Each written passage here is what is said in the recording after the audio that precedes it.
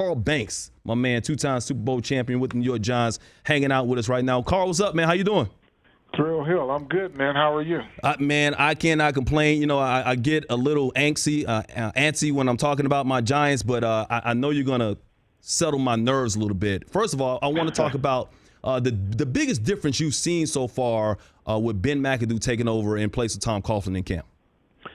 Well, I think he's got a different cadence. The energy's a bit different, but I think the constant that you want to see from either a young coach or a seasoned one is that they subscribe to the fundamentals of winning. And I think he is so attention to detail, and he's, those guys accountable, but he's running practice at a different pace. I think he's got, some new studies that he wants to make sure that he communicates kind of in a language that the players understand, at a pace that they understand. Everything now is I'm not saying he applies this, but in some way, shape, or form, 150 characters or less, video game speed, just nothing that drags the attention down where these guys are getting bored and falling asleep.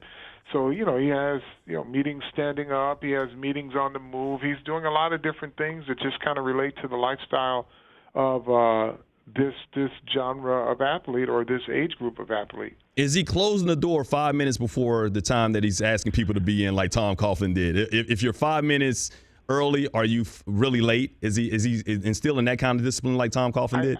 I know that the clocks are still ahead, but I haven't heard any conversations about guys running to be 5-10 minutes early for a meeting. All right, let's talk about that defense. Now, you played on some of the greatest defenses of all time, of course, with Lawrence Taylor and the guys, Harvey and those guys. But I was disappointed, and it really just broke my heart watching that defense at the end of games last season. Once again, you called the games with Bob Pop out there. 4 times last season, the Giants had double-digit leads, only to let it slip away. How disappointing was it watching that team last year, and how will the additions help this year? Well, I think it was disappointing from several standpoints. They didn't have a lot of talent. So when JPP was out, there was nothing behind him. When Jonathan Hankins tore his, I think it was pectoral muscle, there was nothing behind him. Mm-hmm. And then they didn't have linebackers. They ran out of cornerbacks, and it was just bad. And the disappointing part of it is that there's just no one that was developed on the roster. And I think it kind of crystallized for Jerry Reese and the ownership that they've got to upgrade the level of talent on defense to kind of at least keep pace with what's going on offense. And so when you add Damian Harrison and Olivier Vernon and Janoris Jenkins, all of a sudden you look at a really formidable group. And then you've got a guy like Landon Collins who had to play just about every position known to man last year. Yeah. Now he can play safety, but the experience that he got is really going to help him because he had to do everything. They draft the young free safety who seems to hit the ground running.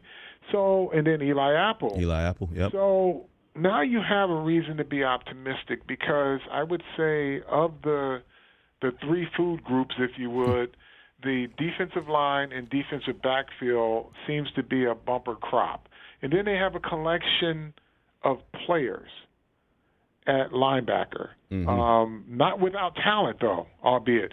They just got to put them together in the right combinations, and I think they're going to be a good defense. Now, going from 32nd to 15 is average, but that's an appreciable improvement from where they were.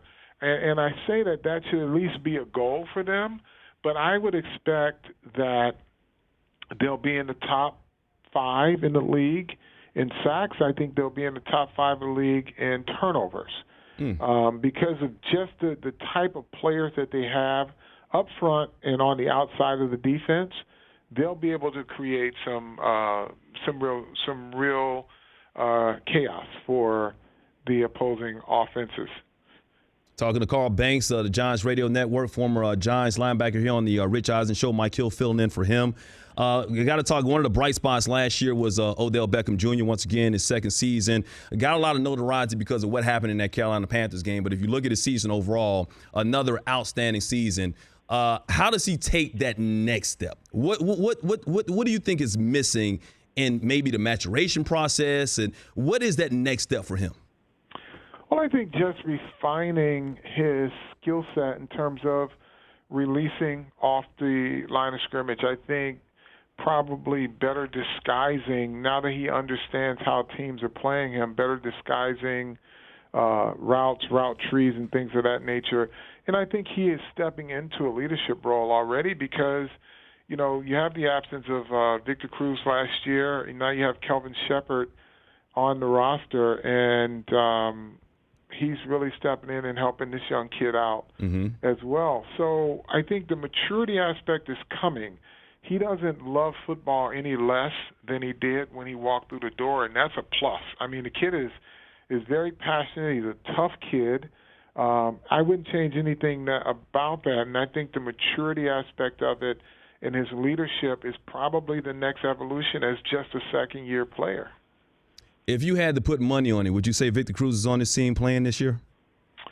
I'm going to keep my money in my wallet until I actually see him on the field playing. I'm hopeful. I think he understands, clearly understands what he has to do in order to make the football team. I think he's in a position where he has to make the team, and I don't think he has the luxury of saying, okay, I'm going to shut it down, they're going to put me on IR, and I'm going to come back. I mean, that's kind of been the story for him for 2 years. I think he wants to be back on the field. I can't, I would never question a guy's motivation, especially when his livelihood is at stake of whether or not he really wants to play. I think he does. I believe he does want to play, and I believe he wants to be good.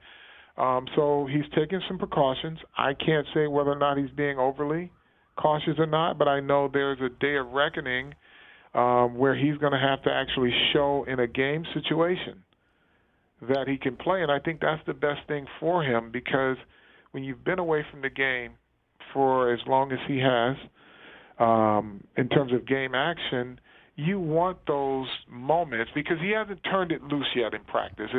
Practice is so controlled. It's drills. It's all these things.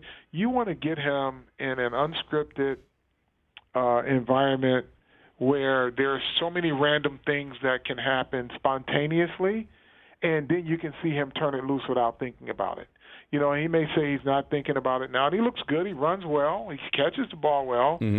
But you want to see him where it's completely unscripted and it's spontaneous and it's random, and you got to make a guy miss, and there's no whistle once you take 3 steps and nobody touches you.